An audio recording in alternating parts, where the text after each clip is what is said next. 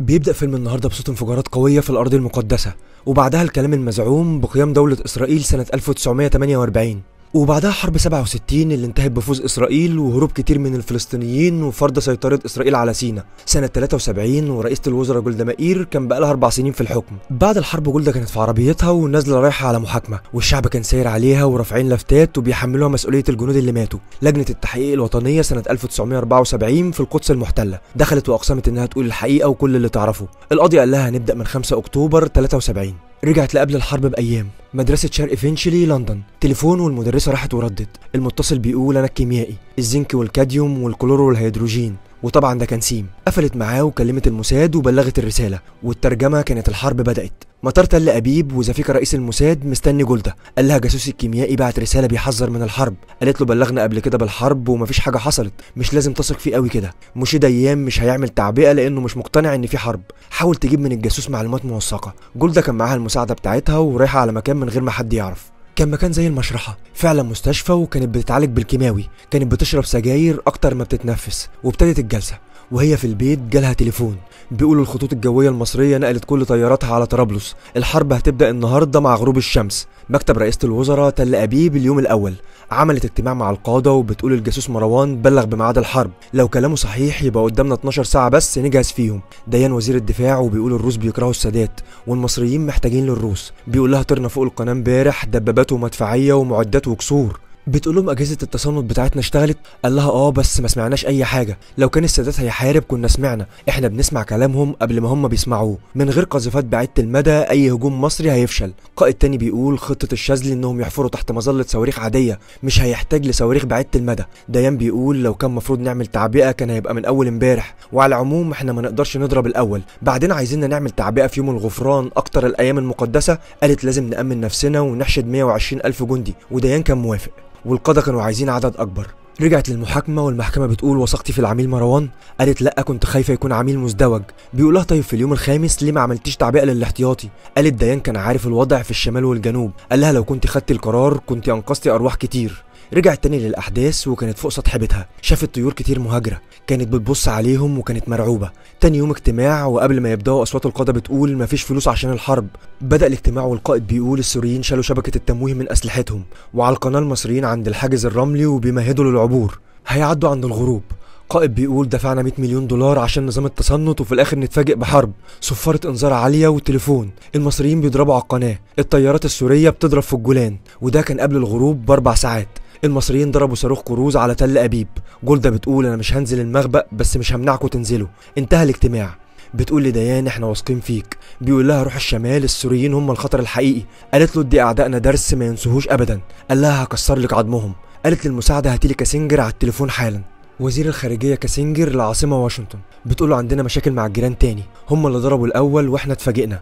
قال لها حاضر هبدا الضغط الدبلوماسي. قالت له خليك عارف هنحارب لحد ما يرجع كل جندي مصري عبر القناه، مش هياخدوا حاجه مننا بالقوه، ولو عايزين ارضهم يعترفوا بدوله اسرائيل. قفلت معاه بتقول لو اتمسكوا وهم بيبعتوا لنا رصاصه واحده السعوديين هيقطعوا عنهم البترول. هو عايزنا نكسب الحرب بس بالدم، وبكده المصريين هيشوفوه صديق ويتخلوا عن السوفييت. بيان في التلفزيون الإسرائيلي وموشي ديان بيقول دبابات العدو اخترقت خطوطنا واحتلت أكتر من موقع، اتعرضنا لخسائر كتير في الأرواح والأراضي، وده كان أكتر ما توقعنا في أول يوم في المعركة. راحت على القيادة والقائد بيقول حلقنا على القناة النهاردة والمصريين عندهم 10 جسور تشغيلية، عبروا قسمين وبيحفروا على الضفة الشرقية، وفي الجولان الدبابات السورية بتتقدم بالآلاف. موشي وصل، قالت له روح على الجولان حالا. طلعت وألقت بيان عشان تهدي الشارع الإسرائيلي. قالت إن الجيش المصري والسوري شنوا علينا هجوم وإحنا عملنا لهم خسائر فادحة. أجهزة المخابرات عرفت قبل الهجوم وأخدت احتياطها. إحنا واثقين في الجيش بتاعنا وهنهزم أعدائنا. موشي كان في طريقه لهضبة الجولان وكان شايف الكتائب بتاعته وهي بتتدمر، شايفهم من فوق وهيموت مش مصدق. الضرب شغال والخسائر كبيرة ومش محسوبة. رجع جري ودخل عليهم وقال لهم خسرنا الشمال، لازم نستخدم السلاح النووي. شفت كل حاجة بعيني، خلصوا علينا، موتوهم كلهم. أنا بعرض دلوقتي استقالتي، أنا فشلت. قالت له روح بيتك واغسل وشك وأنا هتصرف. عزرا وصل، بتقول له دمرتوا الجسور فوق الأردن، ده عايز يستخدم النووي، ده اتجنن. ديان أمره انتهى، ما تاخدش أي أوامر منه. اليوم التاني والسوريين اخترقوا خطوطنا بدبابات كتير، بس السبب مش عارفه، واقفين وما بيتقدموش. وحدتنا بتحارب ومش هيغزلوا الوطن. من الجنب المصري فشلنا نمنعهم من عبور القناة. المصريين ضربوا صواريخ سام وقواتنا الجويه تعرضت لضربه شديده، خسرنا 30 طياره فانتوم. جولدا كانت بتكتب عدد الجنود اللي ماتوا. القائد بيقول عندنا كتيبه احتياط متحاصره بالكامل. شارون اتوجه للجنوب، الخطه ان احنا نخفف نقط القوه للمصريين ونرجعهم لخط القناه. بتقوله لازم نرد الهجوم، قال لها كده انت رايحه على فخ لان المصريين متوقعين ده. بتقوله والجنود المتحاصرين دول هنسيبهم؟ قال لها وقفي الهجوم ده، المصريين مستنيينك هناك. بتقوله مش انا اللي بصنع القرارات العسكريه، انا سياسيه مش جنديه. طلعت على السطح وبتقول للمساعدة العدو ده دمنا ومفيش سبب يخليهم يوقفوا دلوقتي. سنة 48 بتتكرر تاني، لو الأمريكان رمونا للعرب ووصلوا تل أبيب مش عايزاهم ياخدوني حية. فهمتي كلامي؟ راحت على القيادة وبتقول ايه اللي انا سامعاه ده؟ قال لها ده صوت الجنوب بتوعنا متحصرين على القناة، هنبدأ دلوقتي بالهجوم المضاد. إسرائيل بتضرب وأصوات على اللاسلكي، الجنوب بتصرخ وبتستنجد وصوت الرصاص في ودان جولدا. صوت جندي مصري بيقول الصهاينة كلهم ماتوا، احنا مسيطرين سيطرة كاملة. جولدا مش قادرة تصدق، على السرير وصوت الجنوب بتوعها مش عايزين يفرقوها. قابلت ديان وقالت له ادخل عايزاك. قائد القوات الجوية بيقول خسرت 13 فانتوم تاني و9 طيارات سكاي، الطيارين بيموتوا وعلى الوضع ده في خلال يومين هخرج من الحرب. كل قائد ابتدى يتكلم على الخسائر اللي عنده، بيقول مش هسيب الجنود المحاصرين. زافيكا بيقول ده فخ وكمين، بتقول مهمة الإنقاذ هتكون بتنقذ سمعتنا قبل ما تنقذ الجنود. القائد بيقول شارون عايز يعبر القناة ويهجم عليهم من الخلف. ديان بيقول المصريين عندهم فرقتين على الضفة الغربية. دادو بيقول السادات حقق اللي هو عايزه. جولدا قالت بس هو ما يعرفش كده، عايزة قصف جامد على ضواحي دمشق، خلي الأسد يوقف ضرب. قال لها احتاج طيارات، قالت هاتولي هنري كاسنجر على التليفون حالا. بيقول لها الشتا داخل ولو السعوديين قطعوا عننا البترول هتبقى مشكلة كبيرة. بتقول الروس بعتوا طيارات على القاهرة ودمشق، عندنا خسائر كتير في كل حاجة مش هنقدر نكمل، العرب هيكسبونا بالأسلحة السوفيتية وانت ساعتها هتقول ايه للعالم الحر؟ قال لها عندي طيارات فانتوم هبعتها لك. اليوم الخامس والكتاب الامريكان بيقولوا انهم مش مؤيدين لاسرائيل ولا للعرب. اجتمعوا عندها في البيت وكان معاهم شارون. قال لها الصور دي من 3 ساعات على القناه، لقينا ثغره على الخط المصري، الجيش التاني المصري هنا في الشمال والجيش التالت في الجنوب، وفي النص القناه من غير حمايه، عندي قوارب كبيره هتشيل دبابات. بتقول له عايز تعبر القناه ب50 دبابه و2000 جندي؟ قال لها كل يوم بفقد جنود ومعدات وموقفنا مفيش تحسن. راي دادو وموشيه ان لو هيعدي يبقى هيدمر قواته ودباباته.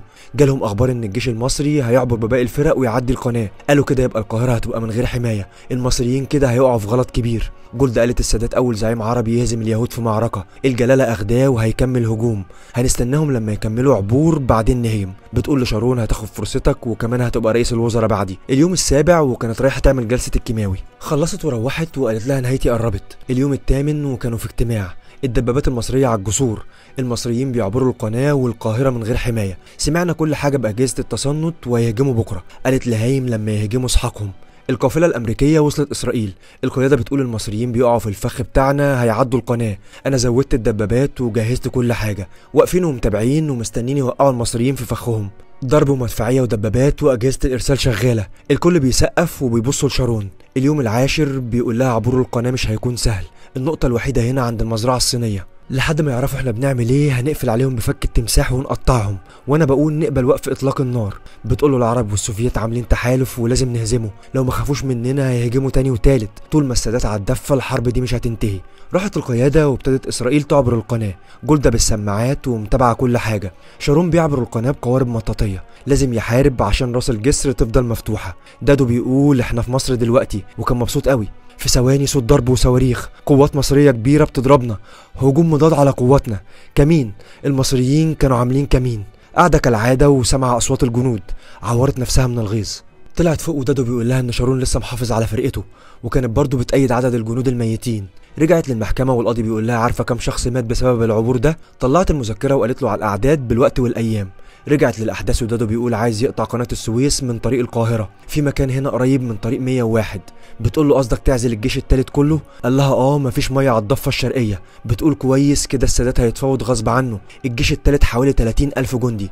وهي بتتكلم جالها رسالة، طيارة هنري كاسنجر وصلت مطار تل أبيب في وقت متأخر بعد الظهر، راح على مقر رئاسة الوزراء الإسرائيلية وبتعرفوا على القادة، وكان جاي طبعا عشان يناقش وقف إطلاق النار. طلعوا وسابوهم لوحدهم. بتقول له شكرا انك جيتي هنري. بيقول لها عايزك تعرفي ان انا امريكي الاول بعدين يهودي. بتقول له احنا هنا في اسرائيل بنقرا من اليمين، يعني يهودي الاول بعدين امريكي. بيقول لها اوبك اعلنت ان الولايات المتحده وجولدا دوله معاديه، السعوديين قطعوا البترول والبرميل من $4 بقى ب12، الشعب الامريكي هيدفع ثمن كتير عشان دعم اسرائيل، امضي على وقف اطلاق النار. قالت له دي قايمه بالاسرى اللي عندنا وعايزه قايمه باللي عندهم، وعايزه ضمان من الاسد لانه ما بيرحمش حد. انا كنت هدخل القاهره، قال لها ساعتها هتبقي لوحدك، امريكا مش هتقدر تعادي حد اكتر من كده. السادات وافق على وقف اطلاق النار. قالت له اه ما هو كان هيتهزم. قال لها احنا اصدقاء وهنحمي اسرائيل دايما. قالت له سبتونا في 48، عارفه ان بقائنا مش في مصلحتكم، لكن لو اضطرينا هنحارب لوحدنا. قال لها وانا راجع امريكا هقف في لندن، معاكي 18 ساعه لحد ما اوصل واعلن وقف اطلاق النار. امني خط امدادك واستغلي الوقت ده، بس بحذرك ما تحاوليش تطوقي الجيش الثالث والا السوفييت هيدخلوا الحرب. قالت له معايا 18 ساعه، مش عايز اكتر من كده. ركب ومشي بعد ما عمل معاها الواجب، وده كان اليوم ال18. جولدا راحت للجنود على القناه واستقبلوها، اتكلمت معاهم عشان ترفع من روحهم المعنويه. رجعت واليوم ال19 جالها اخبار ان برين قطع طريق السويس القاهره، وبكده الجيش المصري الثالث متحاصر بالكامل. هنري على التليفون وبيقول لها افتحي ممر انساني للجيش الثالث، انت عايزه 30,000 واحد يموتوا من العطش؟ بتقوله بعد ما يرجع الاسرى بتوعي هبعت لهم ميه. وكمان السادات يوافق على محادثات مباشره مع اسرائيل، مش مع الكيان الصهيوني زي ما بيقول. لو ما عملش كده هبعت طياراتي تهجم حالا وهموت ال30,000. قال لها لو السادات اتراجع هيتشال، هيجيلك حد بيكره اسرائيل اكتر منه. الروس مستعدين ومجهزين جيش كبير ومش هتقدري عليهم. قالت له اختار تبقى معايا ولا اعمل جيش من الايتام والارامل، شوف انت معايا وهتدعمني ولا لا. مع السلامه. اليوم ال20 والتليفون من هنري كاسنجر بيقول لها السادات عايزك تبعتي رئيس اركانك عند تقاطع طريق السويس القاهره الكيلو 101. بتقول له والروس؟ قال لها هيتفرجوا. قالت له شكرا على كل اللي عملته هنري. راحوا مكان الاتفاق وجالها تليفون بيقول لها رساله من الرئيس السادات، هو على استعداد لمحادثات مباشره وتبادل الاسرى، وقال عليكي رئيسه وزراء اسرائيل. بتقول له هو قال الكلمه دي؟ قال اسرائيل؟ قال لها اه واعترف بينا. قالت له بلغ الفريق الجمصي ان احنا بنرحب بكلمات الرئيس السادات الطيبه، وطبعا مش مصدقين نفسهم. وهما بيحتفلوا زفيكا بصلها راحت له، بيقول لها نظام التصنت ما اشتغلش وعشان كده المخابرات ما سمعتش اشاره الحرب. بتقول له مش حقيقه. قال لها حقيقه ومفيش ولا خط كان متراقب، كان موقوف عن عمد. قالت له لازم نظام الاستماع يفضل سر، مش لازم حد يعرف اللي حصل. قال لها هتاخدي اللوم لوحدك وزيرا هو اللي غلطان. اليوم ال21 وجولدا في المقر وزعلانه على الجنود اللي ماتوا في الحرب، نزلت وكانت واقفه عند التوابيت. المساعده راحت وقالت لها يلا مش هتقفي كده طول الليل. رجعت الوقت الحالي والقاضي بيقول لها شكرا. قامت وماشيه، بعدين قالت للقاضي كنت حاسه ان الحرب جايه، بس انا اتجاهلت احساسي، كنت لازم اعلن التعبئه في اليوم ده، هشيل ذنب اللي ماتوا لحد قبري. وقالت للي بتكتب ما تكتبيش الكلام ده. التلفزيون بيقول في مثل هذا اليوم من سنه كانت رئيسة الوزراء بتعمل اول لقاء وجها لوجه بالرئيس المصري انور السادات، ودي طبعا لحظه تاريخيه. ديسمبر سنة 1978 جولدا كانت في المستشفى على الأكسجين، بتموت ولسه بتشرب سجاير. بتتفرج على التلفزيون وماتت جولدا. آخر الفيلم حمام كتير مضروب ومرمي على الأرض. لجنة التحقيق برأت جولدا من أي غلط عليها. طبعا أنا لخصت الفيلم زي ما اتعرض بالظبط، دي رؤية الكاتب والمخرج، الأحداث ملهاش أي علاقة بوجهة نظر الشخصية. سجل الفيديو ده أحمد فؤاد، وكتبه محمد عباس، ومنتجه الفنان فارس أحمد فؤاد.